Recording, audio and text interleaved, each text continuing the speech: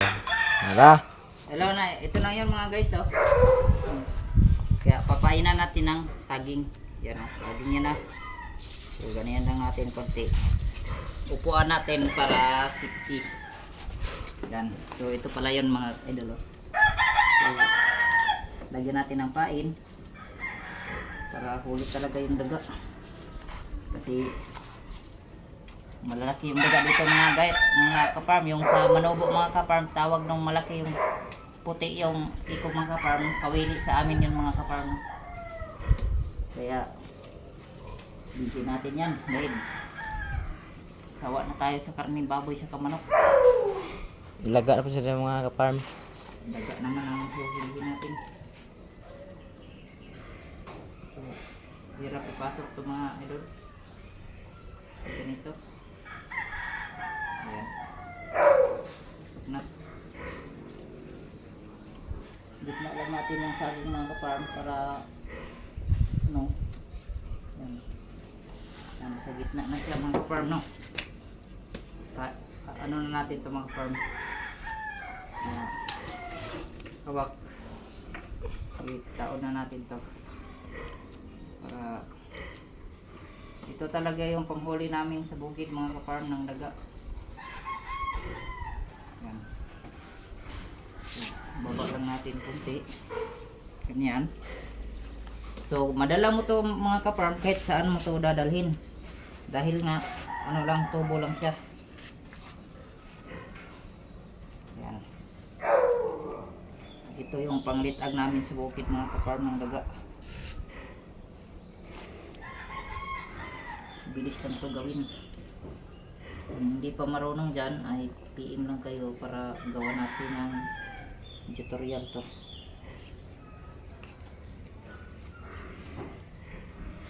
Yung tinatawag namin na litag mga ka-farm na suong.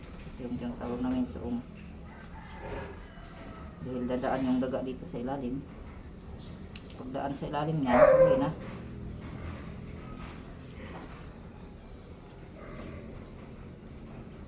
Hirap i-ano yung laan natin mga ka-farm. Ayan. Ayan mga ka-farm. So tapos na. So ganyan na yung itsura niya sa ilalim. Ayan. Tignan nyo. Ayan o.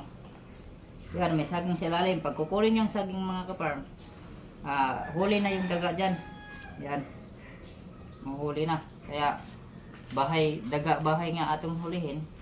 Diyan natin ilalagay sa may kawayan. Anuhin mo na yan. Isip na kasi mahaba na. Ayan.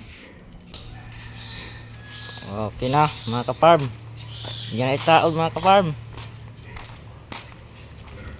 Ay mga ka-farm. So, dagang bahay nga hulihin natin dahil masyado na silang inubos yung ano natin dito. Kaya tignan nyo yung butas mga ka-farm. Dito natin lalagay. Yan, may butas. Yan.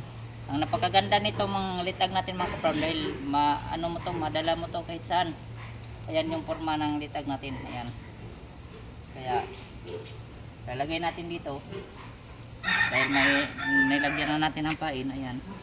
So kapag makahuli tayo mga ka-farm kasi malaki dito yung daga. Yung puti yung ikog. Sarap yun. Yan, tara. Dito tayo. Lagyan natin dito. Medyo maano lang ito mga ka-farm. Babaan natin ng puti yung bahog natin kasi medyo lambot lang. Baba natin ng kunti.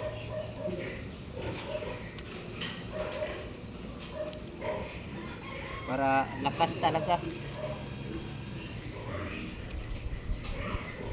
Lakas talaga yung buhi niya. Kaya di talaga makawala yung daga.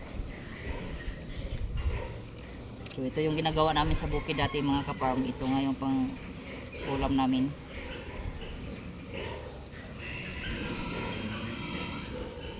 Kaya dito natin ito lalagay mga ka-farm. Daga ng bahay kuhuli natin eh. Dito natin lagay. Dito palagi dumadaan yung daga mga ka-farm eh. Yung malaking daga. Saan natin dito lagay? Dito natin lalagay mga ka-farm, no? Yan. Tao na niya mga ka-farm.